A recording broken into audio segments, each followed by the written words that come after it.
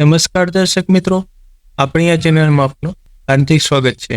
મિત્રો, આજે આપણે આવનારી gsrtc કંડક્ટર ડ્રાઈવરની પરીક્ષામાં ઉપયોગી થઈ શકે તેવા મહત્વપૂર્ણ પ્રશ્નોની ચર્ચા કરીશું. તો આજે આપણે કોમ્પ્યુટર વિશેના એવા પ્રશ્નો જોવાના છીએ કે જે અગાઉની પરીક્ષામાં વારંવાર પૂછાઈ ચૂક્યા છે અને gsrtc વિભાગ જે પ્રાથમિક લેવલના પ્રશ્ન પૂછે છે એવા જ પ્રાથમિક લેવલના પ્રશ્ન આપણે અહીંયા જોઈશું. તો આપણો આજનો પ્રથમ પ્રશ્ન રહેશે, કોમ્પ્યુટર લિટરસી ડે કઈ તારીખે ઉજવવામાં આવે છે?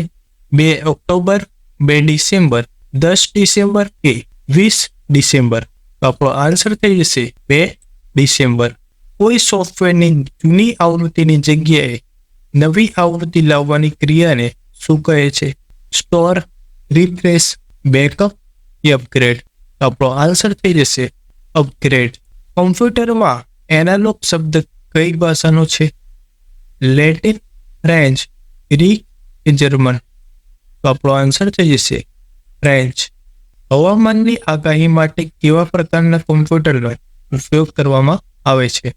ડિજિટલ, એનાલોગ, માઇક્રો કે સુપર? તો આપણો આન્સર થઈ જશે સુપર. કયું શહેર સિલિકોન વેલી તરીકે જાણીતું છે? હૈદરાબાદ, બેંગ્લોર, ચેન્નઈ કે મુંબઈ? તો આપણો આન્સર થઈ જશે બેંગ્લોર. ઇલેક્ટ્રોનિક પ્રિન્ટેડ સર્કિટ બોર્ડને બીજા કયા નામથી ઓળખવામાં આવે છે? મધરબોર્ડ, સીપીયુ, આઈસી કે એએલયુ? તો આપણો આન્સર થઈ જશે મધરબોર્ડ. લેપટોપ કોમ્પ્યુટર કેવા પ્રકારના કોમ્પ્યુટર છે? માઇક્રો, સુપર, મિની કે તમામ? તો આપણો આન્સર થઈ જશે માઇક્રો. ડેસ્કટોપ કોમ્પ્યુટર કેવા પ્રકારના કોમ્પ્યુટર છે? માઇક્રો, સુપર, મિની કે મેઇન ફ્રેમ? તો આપણો આન્સર થઈ જશે માઇક્રો.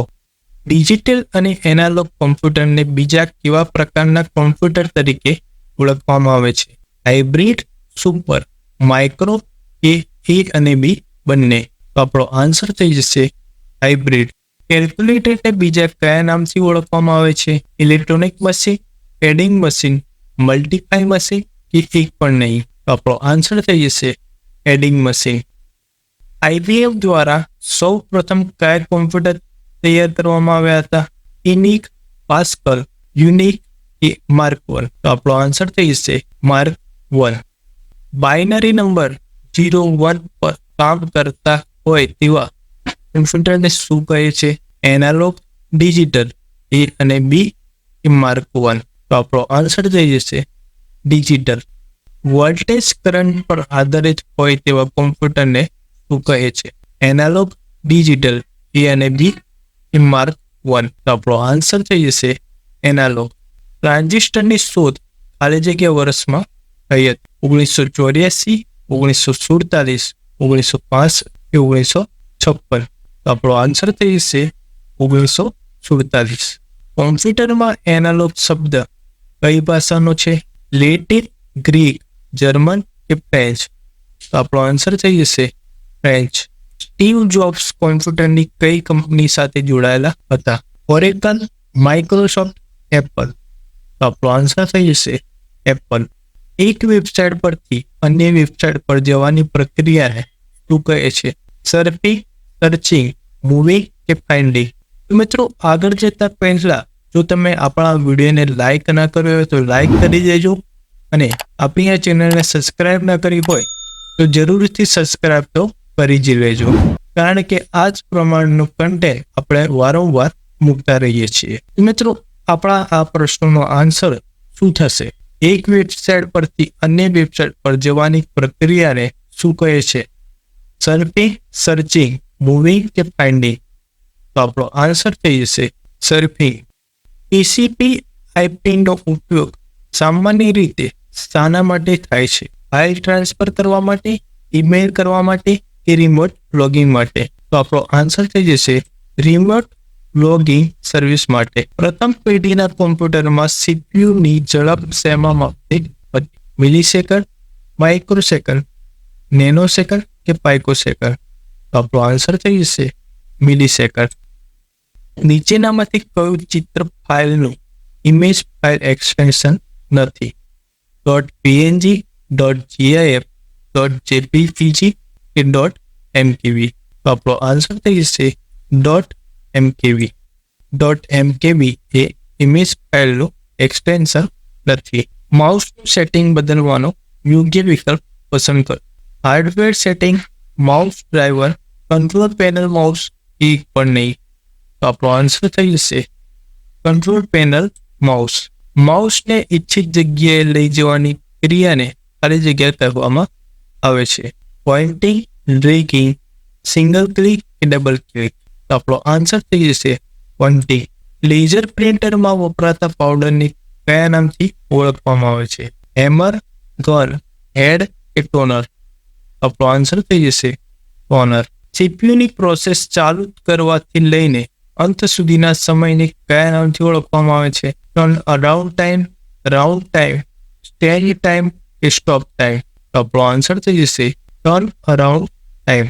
મધરબોર્ડને નીચેનામાંથી કયા નામે ઓળખવામાં આવે છે? Circuit board, main board, CPU board કે એક પણ નહીં. તો આપણો આન્સર થઈ જશે સર્કિટ બોર્ડ. મધરબોર્ડનું અન્ય નામ જણાવો. તો મિત્રો તમે આપણા વિડીયોને લાઇક ના કર્યો હોય તો લાઇક કરી જ લેજો, અને આપણી આ ચેનલને સબસ્ક્રાઇબ ના કર્યું હોય તો એ તો ભૂલતા જ નહીં, આપણી આ ચેનલને સબસ્ક્રાઇબ કરી લેજો. મધરબોર્ડનું અન્ય નામ જણાવો. System board, main board, control board કે એક પણ નહીં. તો આપણો આન્સર થઈ જશે સિસ્ટમ બોર્ડ. ચેકની સંખ્યાની ચકાસણી કરવા માટે કયા ડિવાઇસનો ઉપયોગ કરવામાં આવે છે? OCR, OMR, MICR કે QR. તો આપણો આન્સર થઈ જશે MICR. નીચેનામાંથી કયું કોમ્પ્યુટર હાર્ડવેર નથી? મોનિટર, પ્રિન્ટર, CPU કે માઇક્રોસોફ્ટ એક્સેસ. તો આપણો આન્સર થઈ જશે માઇક્રોસોફ્ટ એક્સેસ. માઇક્રોસોફ્ટ એક્સેસ એક સોફ્ટવેર છે, હાર્ડવેર નથી. નીચેનામાંથી કયો આઉટપુટ ડિવાઇસ છે? કીબોર્ડ, પ્રિન્ટર, સ્કેનર કે જોયસ્ટિક. આપણો આન્સર થઈ જશે પ્રિન્ટર. પ્રિન્ટર એક આઉટપુટ ડિવાઇસ છે, બાકી કીબોર્ડ, સ્કેનર, જોયસ્ટિક એ ઇનપુટ ડિવાઇસ છે. નીચેનામાંથી કયો આઉટપુટ ડિવાઇસ છે? સ્કેનર, સ્પીકર, પ્લોટર કે B અને C બંને. તો આપણો આન્સર થઈ જશે B અને C બંને. સ્પીકર અને પ્લોટર એક આઉટપુટ ડિવાઇસ છે. નીચેનામાંથી કયો ઇનપુટ ડિવાઇસ છે? મોનિટર, સ્પીકર, પ્લોટર કે ટચ સ્ક્રીન મોનિટર. આપણો આન્સર થઈ જશે ટચ સ્ક્રીન મોનિટર. નીચેનામાંથી કયો ઇનપુટ ડિવાઇસ છે? મોનિટર, પ્રિન્ટર, પ્લોટર કે વોઇસ સ્પીચ રેકોગ્નાઇઝેશન. આપણો આન્સર થઈ જશે વોઇસ સ્પીચ રેકોગ્નાઇઝેશન. કયા પ્રિન્ટરમાં કાર્ટ્રીજનો ઉપયોગ કરવામાં આવે છે? લેઝર, ઇન્જેક્ટ, ડ્રમ કે ચેન. તો આપણો આન્સર થઈ જશે ઇન્જેક્ટ.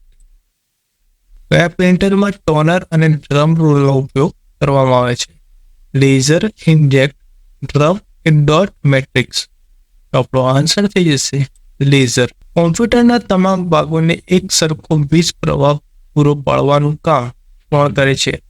CPU, UPS, CO કે MU. તો આપણો આન્સર થઈ જશે UPS. કયા પ્રિન્ટર સૌથી ધીમા, સસ્તા અને અવાજવાળા હોય છે? ડોટ મેટ્રિક્સ, લેઝર, ઇન્જેક્ટ કે ડ્રમ.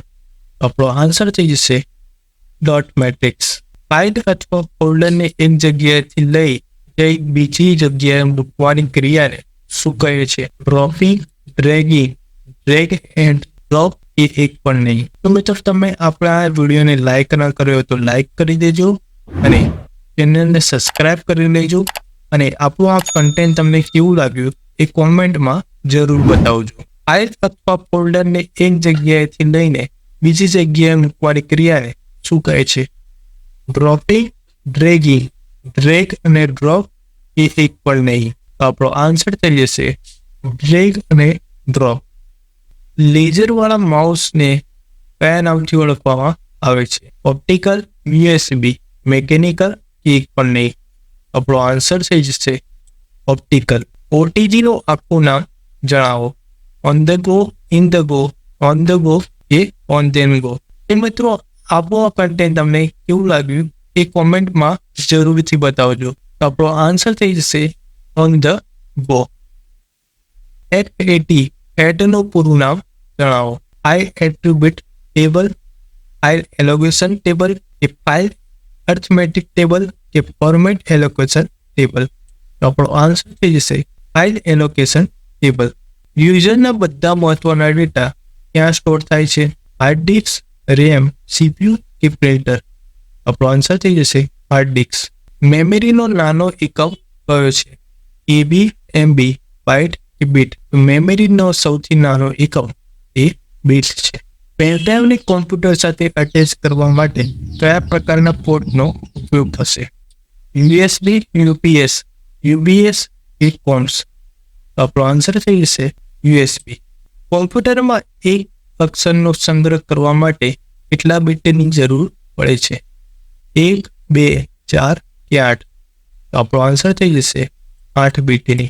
કોમ્પ્યુટર ટર્ન ઓફ કરતા બધો ડેટા ક્યાં સેવ થતો જોવા મળે છે? તો મિત્રો તમને આપણો કન્ટેન્ટ ગમ્યું હોય તો વિડીયોને લાઈક જરૂર કરી દેજો અને આપણી આ ચેનલને સબસ્ક્રાઈબ કરવાનું ભૂલતા જ નહીં.